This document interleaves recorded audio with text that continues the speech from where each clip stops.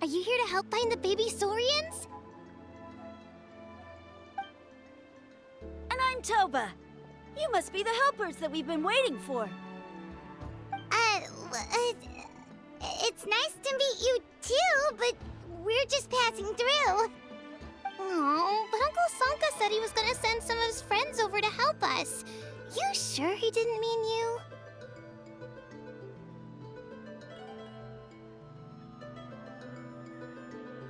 Yeah, sorry. Whatever this is about, it sounds like you've got the wrong end of the stick.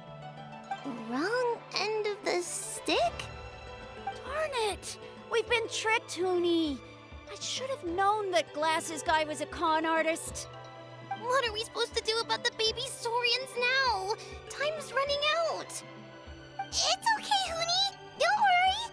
Why don't you tell us what happened with these baby Saurians, huh? There's been a lot of unrest in the tribe lately, and my dad's Saurian got injured.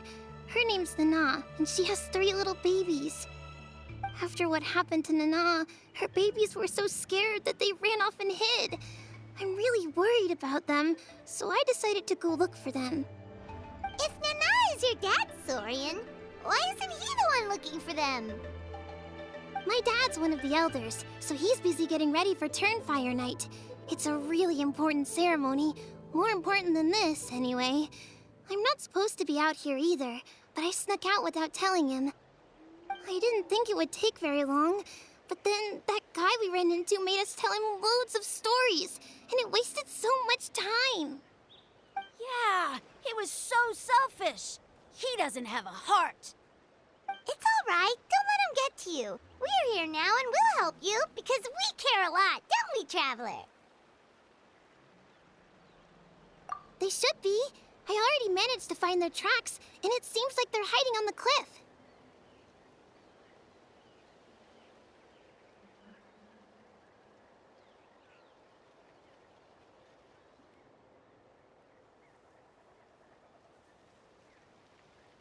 Really? Wow! Thank you so much, Mr. Traveler and Miss Paimon. Awesome. You gotta be careful out on the cliffs, though. They're really steep. Even grown-ups have trouble climbing them.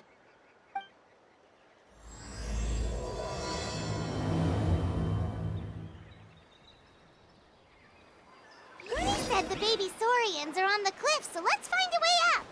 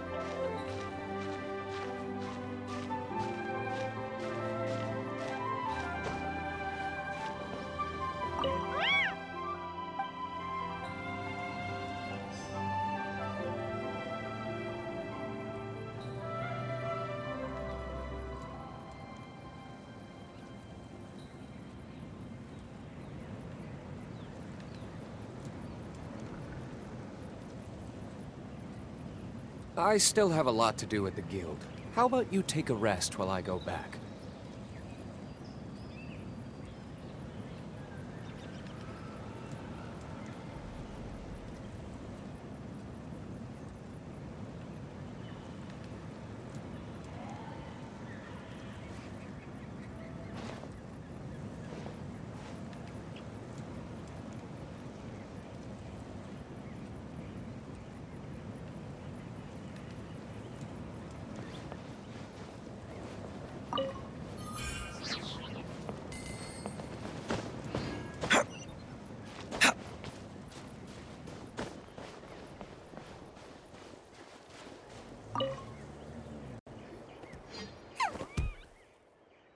We found them!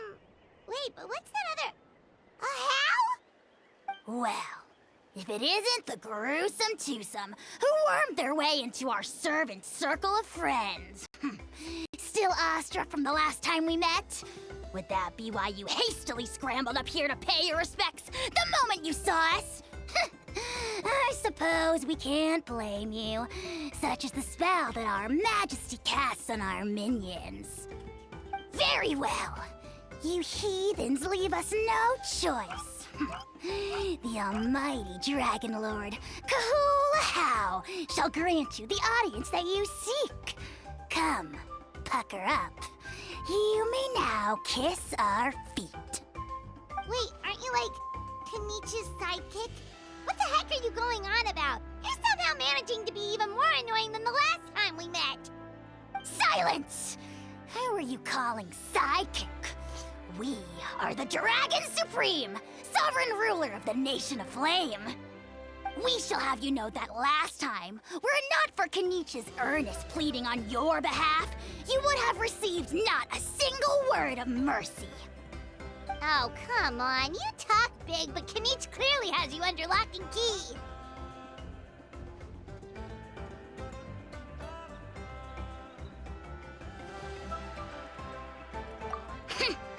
That's more like it.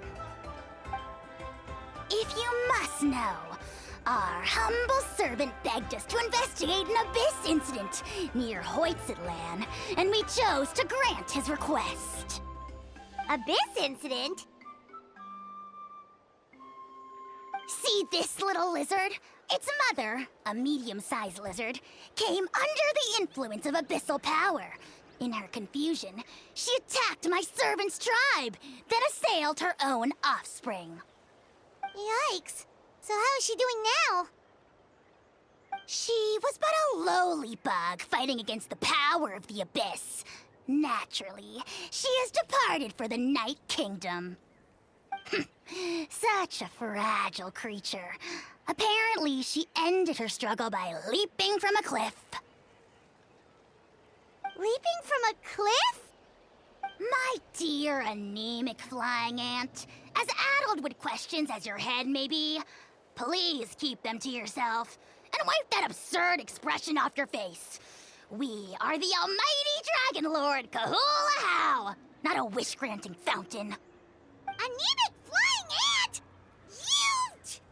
Just you wait. Two can play at the ugly nickname game. We sense a faint abyssal energy.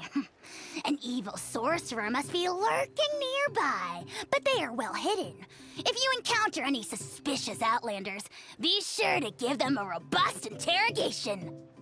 Suspicious outlanders? Wait, are you mocking us? How dare you cast aspersions on your ruler, heathen! You're just lucky that our servant has such vile taste in friends. Otherwise, we would beat you black and blue, and then purple, then black again! If you're not here to kiss my feet, then get out of my sight. Do not impede the work of the almighty Dragon Lord, Kahula. Potty mouth on that guy! I'm on his furious! Still, good to know about the abyss threat, huh? Wasn't expecting that. Let's not get sidetracked. We should take care of Huni.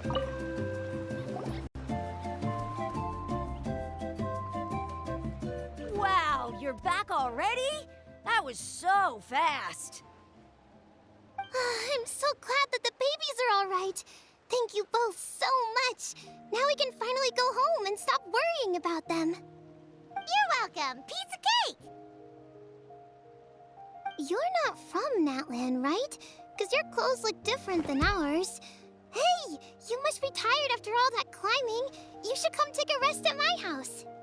Yeah, please come.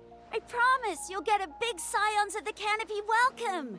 We love having guests, and you're really nice people. Not like Glasses Guy. By the sound of it, Glasses Guy wasn't from Natlan either, right? Uh-huh. Well, his clothes sure weren't. You know what? Now that I think about it, there was something really fishy about him. Really? Maybe he was the suspicious outlander that Ahau mentioned.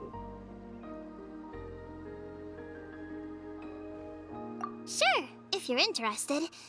Oh, let me think. How did the conversation go again? Oh, please, mister.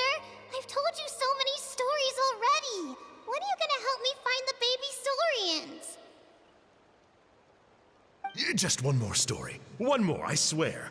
Why don't you tell me more about that ball of fire? I heard that there was a huge transparent ball of fire that used to burn 500 years ago, 1,000 years ago, maybe even further back than that. Oh, you mean Turnfire. That's where the ancient name Malipo comes from. Oh, wow. So it was the origin of an ancient name. That's impressive. Uh-huh. There's a story behind every ancient name. The legend goes that the Turnfire first appeared in the era of the Grand Alliance. It was used by the tyrant Och Khan to rule over Natlan and oppress anyone who opposed him. Turnfire is different from normal fire. If you get set on fire with it, you'll feel horrible burning pain from behind you, but you won't die from it right away.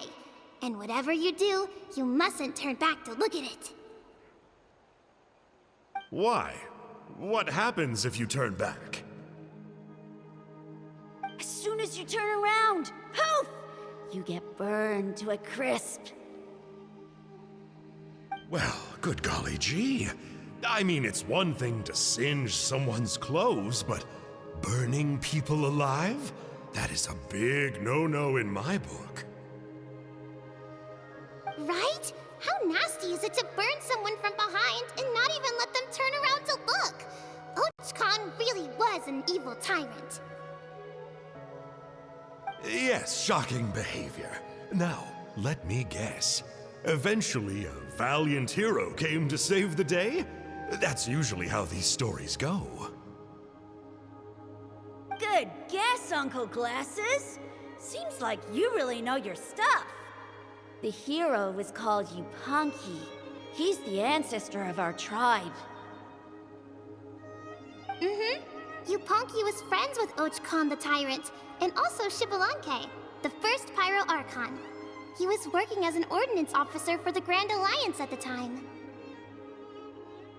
He didn't like how Och Khan was such a cruel tyrant, so he stole the Turnfire and threw it at the Och Khan's army.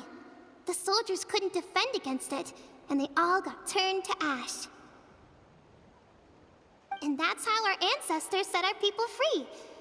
But just as he was about to leave the city, he thought he heard Och Khan calling out to him from behind. It caught him off guard, and he turned around to look. But Och Khan wasn't there. All he saw was a city burned black, an army in ruins, and giant flames reaching up into the sky. A split second later, the flames he saw burst out from inside his eyes and swallowed him up. All it took was a single glance. As soon as he looked back, he was burned to a crisp. The question is, was this the price he paid for stealing the Turnfire, or the price of turning back? Nobody knows the answer. But the fire that consumed Yupanqui burned more fiercely than any other. It burned for 100 days until it burned a hole right through the ley lines. And then, the flame dropped into the deathly dark Night Kingdom, where it still burns to this day. The grown-ups say that it lights up the path that leads to the next life. But for the dead to be reborn, they have to accept the flames and be purified by the fire first. It's like a final look back at your life, where you have to answer for everything you did. Anyway, that's the story of Yupanqui's Turnfire. Ah, a fine parable indeed. So, is it true? Is it really possible to find this fire in the Night Kingdom? I don't know. I think it's just a story. Either way, I assume this name has been passed down in your tribe ever since? Sure has. It went to Burkina, the hero that we celebrate on Turnfire Night. But that was 500 years ago. Yeah, and now it belongs to Kanich. So we often call him Malipo Kanich. Kinich, huh? All right, Uncle Glasses, that's enough stories. Now, can you please go find the baby Saurians for us like you promised? I would, but doesn't the legend of the Turnfire teach us not to look back? Let's not go dredging up the past. Tell me more about this Kinich guy. One more story, I swear. Starting now. No? Careful, Toba. You look dangerously close to cursing me out right now. Tut tut, we can't have that. Cursing is for grown-ups only. Uncle, you'd better not be trying to trick us, or the Turnfire will get you when you die. How would it get me if I'm outside of Natlan? Uncle Glasses isn't from here, you know. Unlike you. Huh? Wait, is that?